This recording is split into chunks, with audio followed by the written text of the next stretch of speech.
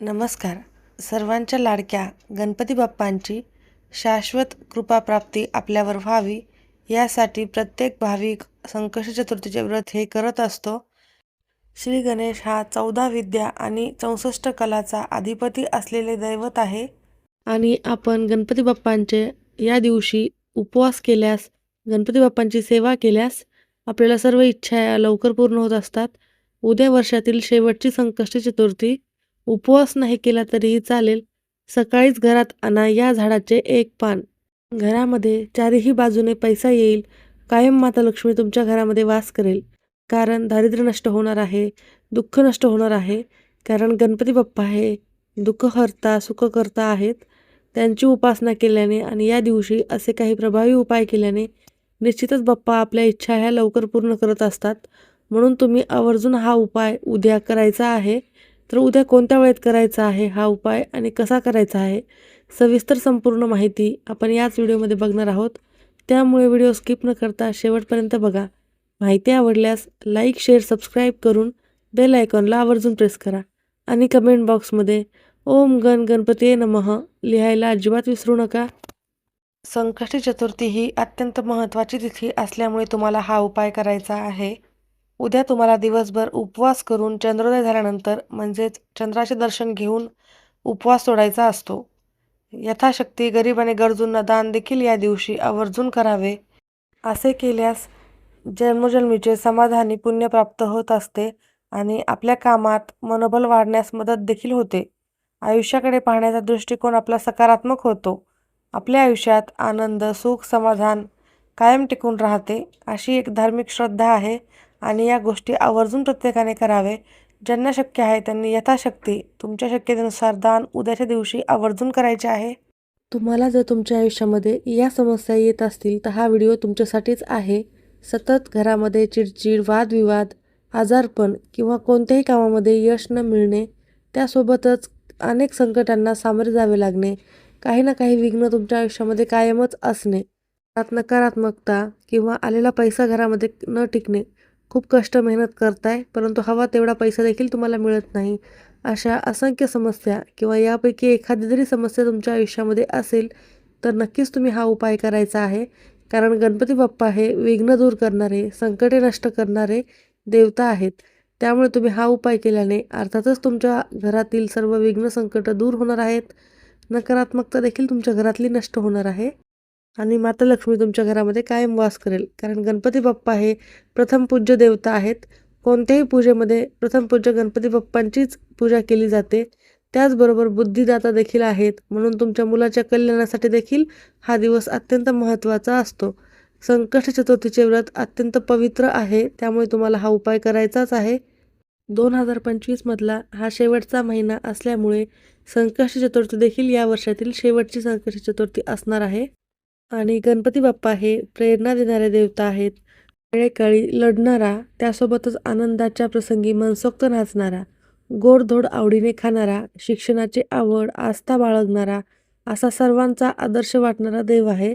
म्हणून प्रत्येक मराठी महिन्यात वद्य चतुर्थीला उपवास करून गणेशाची आराधना केली जाते. हे व्रत केल्यास बाप्पा हे शीघ्र फळ देत असतात आणि या व्रतासोबतच तुम्ही असे काही उपाय केल्यास तुमच्या आयुष्यातील संकटे हे दूर होत असतात. त्याचबरोबर गणपती बाप्पा हे शुभ फल देणारे देवता असल्यामुळेच तुम्हाला ह्या दिवशी व्रत करून हे उपाय करायचे आहे. म्हणजे तुमच्या उपायाचे शीघ्र फळ प्राप्त होऊन तुमच्या आयुष्यातील सर्व अडचणी नष्ट होतील. त्यासाठी तुम्हाला उद्या संकष्टी चतुर्थीच्या दिवशी सकाळी लवकर उठून स्नान करायचे आहे. गणपती बाप्पांची विधिवत पूजा करून घ्यायची आहे. दिवसभर उपवास करायचा आहे. गणपती बाप्पांची षोडशोपचार पूजा झाल्यानंतर काही मंत्र जप देखील करायचे आहेत. गणपती बाप्पांना पूजा करण्यावेळी शुद्ध पाण्याने किंवा पंचामृताने अभिषेक करायचा आहे. अभिषेक करत असताना अथर्वशीर्षाचे पठण करायचे आहे. तर 21 वेळा आवर्तन द्यावेत. अत्यंत शुभ ठरत असते. किंवा तसे नाही शक्य झाले तर ओम गणपतीये नमः या मंत्राचा 108 वेळेला जप करायचा आहे. यानंतर फुले अर्पण करायची आहे. धूप, दीप, नैवेद्य दाखवायचा आहे. आरती करायची आहे आणि दिवसभर तुम्हाला उपवास करायचा आहे. संध्याकाळी देखील उपवास सोडताना गणपती बाप्पांची आरती करायची आहे. मोदकाचा नैवेद्य दाखवायचा आहे. त्यानंतर चंद्रोदय असेल त्यावेळेला तुम्हाला हे सर्व करून दुर्वा फुले व्हायची आहेत आणि त्यानंतरच तुम्हाला उपवास सोडायचा असतो. संकष्टी चतुर्थीच्या दिवशी गणपती बाप्पांना जास्वंदाचे फूल आणि दुर्वाची जुडी ही अवश्य अर्पण करावी. असे सांगितले जाते की अगदी काहीच नाही करणं शक्य झाल्यास तुम्ही भक्तिभावाने अथर्वशीर्ष म्हणावे अथवा श्रवण करावे आणि चंद्रदर्शन घेतल्याशिवाय उपवास सोडू नये. आपण या व्हिडिओमध्ये चंद्रोदयाची वेळ देखील बघणार आहोत. डिसेंबरमधील आजची ही शेवटची संकष्टी चतुर्थी असणार आहे. रविवारी 7 डिसेंबर रोजी सायंकाळी 6:25 सुरू होत असून सोमवारी 8 डिसेंबर रोजी सायंकाळी 4:03 समाप्त होणार आहे. तर आपल्याला ही चतुर्थी साजरी कधी करायची आहे? उदय तिथीनुसार ही चतुर्थी तिथी ही रविवारी साजरी केली जाणार आहे. तर मग तुम्हाला हा उपाय कधी करायचा आहे हे आपण पुढे बघूयात आणि चंद्रोदयाची वेळ देखील बघणार आहोत. तर हा उपाय तुम्हाला उद्या सकाळी करायचा आहे, म्हणजेच रविवारी सकाळी करायचा आहे. सकाळी तुम्ही हा उपाय 9:30 वाजेपर्यंत करू शकता किंवा 12 वाजेपर्यंत केला तरीही चालेल, कारण उद्या तिथीचा प्रारंभ होत आहे आणि सोमवारी ही तिथी संपणार आहे. तर तुम्हाला हा उपाय करणे उद्या शक्यच नाही झाले तर तुम्ही सोमवारी देखील सकाळी करू शकता, परंतु तुम्ही उद्याच करावा. उपाय करण्यासाठी आपल्याला उद्या सकाळी लवकर उठायचे आहे. अंघोळीच्या पाण्यामध्ये थोडेसे गंगाजल टाकून स्नान करायचे आहे. त्यानंतर गणपती बाप्पांची विधिवत पूजा करायची आहे. यासोबतच सर्वांनी करण्याचे एक महत्त्वाचे काम म्हणजे उद्या रविवारी ही चतुर्थी तिथी आलेली असल्यामुळे प्रत्येकाने सूर्यदेवताला अर्घ्य द्यायचे आहे, म्हणजेच जल अर्पण करायचे आहे. सुरुवातीला सांगितल्याप्रमाणे गणपती बाप्पांची विधिवत पूजा करून घ्यायची आहे. त्यानंतर हा उपाय तुम्हाला करायचा आहे. आपल्या धार्मिक मान्यतेमध्ये अनेक अशी झाडे-झुडपे आहेत. त्याचे धार्मिक अनन्यसाधारण महत्त्व आहे. पानांना, फुलांना, झाडाच्या मुळाला, खोडाला खूप महत्त्वाचे मानले जाते. म्हणून तुम्हाला या झाडाच्या पानाचा हा उपाय करायचा आहे. कारण अनेक झाडाझुडपांमध्ये देवी देवतांचा साक्षात वास होत असतो आणि अशा काही झाडांमध्ये एक विशेष दैवी शक्ती असते आणि अशा विशेष तिथीवर अशा काही झाडाझुडपांच्या पानांचा, फुलांचा उपाय जर आपण केला तर तो शीघ्र फळप्राप्ती देणारा होत असतो. तसेच एक दैवी शक्ती असलेले झाड म्हणजे जास्वंदाचे झाड. गणपती बाप्पांना जास्वंदाचे लाल फूल अत्यंत प्रिय आहे आणि खूप महत्त्वाचे या दिवशी मानले जाते. गणपती बाप्पांना प्रत्येकाने लाल जास्वंदाचे फुले अर्पण करावेच.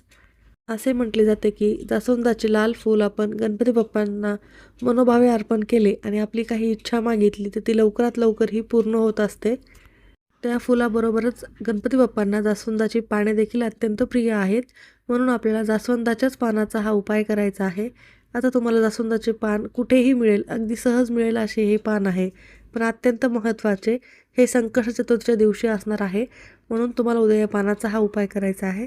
तर या ठिकाणी तुम्हाला एक जास्वंदाचे पान घ्यायचे आहे आणि त्यासोबत एक काडी देखील घ्यायची आहे आणि तुम्हाला देवघरासमोर बसायचे आहे. हे पान स्वच्छ धुवून घ्यायचे आहे. त्यानंतर व्यवस्थित पुसून घ्यायचे आहे. देवघरासमोर बसल्यानंतर तुमच्या देवघरातील दिवा हा प्रज्वलित करून घ्यायचा आहे. कोणताही उपाय करण्यापूर्वी तुम्हाला देवघरातील दिवा हा प्रज्वलित करायचा असतो. त्यानंतर तुम्हाला एका वाटीमध्ये थोडेसे कुंकू घ्यायचे आहे. कुंकामध्ये थोडेसे गंगाजल किंवा पाणी टाकायचे आहे. त्याचा गंध तयार करून घ्यायचा आहे. तुम्हाला त्या पानावर त्या कुंकवाच्या गंधाने आणि त्या जास्वंदाच्या काडीने इच्छा लिहायची आहे.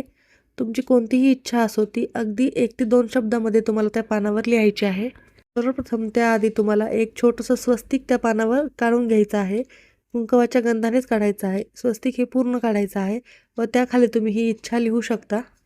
जसे की धनप्राप्ती, कर्जमुक्ती, मुलांची प्रगती, कुटुंबात सुख मिळणे, पतीची प्रगती, असे कोणतीही तुमची इच्छा असो 1 ते 2 शब्दामध्ये तुम्हाला तिथे लिहायची आहे आणि त्याच्या खाली तुम्हाला पुन्हा एक स्वस्तिक काढायचे आहे. त्या पानाच्या वरच्या टोकाला आणि खालच्या टोकाला दोन्ही ठिकाणी एक एक छोटे छोटे स्वस्तिक तुम्हाला काढायचे आहे. त्यामध्ये एक इच्छा लिहायची आहे. स्वस्तिक हे मांगल्याचे प्रतीक आहे. त्यानंतर तुम्हाला एक प्लेट घ्यायची आहे किंवा ताम्हण घ्यायचं आहे. त्यामध्ये थोडेसे तुम्हाला तांदूळ टाकायचे आहेत. तांदळावर थोडेसे हळद कुंकू व्हायचे आहेत, अगदी थोडेसे, आणि त्यावर तुम्हाला हे पान ठेवायचे आहे. पान ठेवताना त्याचा देठ हा देवाकडे येईल याची काळजी घ्यायची आहे. त्यानंतर त्या पानावर तुम्हाला एक गणपती स्वरूप असलेली सुपारी ठेवायची आहे, कारण सुपारीला कोणत्याही कार्यक्रमामध्ये गणपतीचे स्थान प्राप्त होत असते. तर तुम्हाला अशी पूजेमध्ये वापरली जाणारी एक सुपारी त्या पानावर ठेवायची आहे. त्याला हळद कुंकू, अक्षता, फुलं अर्पण करायची आहेत. त्याबरोबरच तुम्हाला 21 दुर्वांची एक जुडी बनवायची आहे आणि ती जुडी तुम्हाला थोडीशी तुपामध्ये भिजवून घ्यायची आहे आणि त्यानंतर ही तुम्हाला त्या पानावरच्या गणपती बाप्पा स्वरूप असलेल्या सुपारीला अर्पण करायची आहे. त्या सुपारीची पूजा करून नमस्कार करायचा आहे. त्यानंतर तुम्हाला तिथेच बसून 108 वेळेला ओम गण गणपतीये नमः या मंत्राचा जप करायचा आहे आणि 3 वेळेला गणपती अथर्वशीर्षाचे पठण करायचे आहे. त्यानंतर आपली जी काही इच्छा आहे तिथे मनोमन बोलायची आहे आणि संपूर्ण दिवसभर ते पान तसेच राहू द्यायचे आहे. दिवसभर दिवा देखील प्रज्वलित राहील याची काळजी घ्यायची आहे. त्यानंतर संध्याकाळच्या वेळेला म्हणजेच 5च्या नंतर तुम्हाला ते पान तिथून उचलायचे आहे. पान, ती सुपारी, त्याबरोबरच तुम्हाला ते खाली जे तांदूळ ठेवलेले आहेत त्यापैकी 21 अखंड तांदूळ घ्यायचे आहेत आणि त्यानंतर एक दोरा घेऊन या सर्व वस्तू त्या पानामध्ये तुम्हाला बांधून घ्यायच्या आहेत.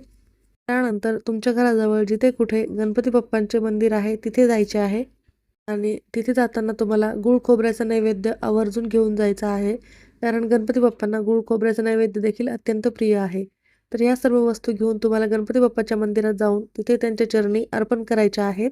त्यांना नमस्कार करून पुन्हा एकदा तुमची इच्छापूर्ती होण्यासाठी प्रार्थना करायची आहे. इच्छापूर्ती होणारा हा उपाय आहे, नक्की करा. अत्यंत सोपा उपाय आहे.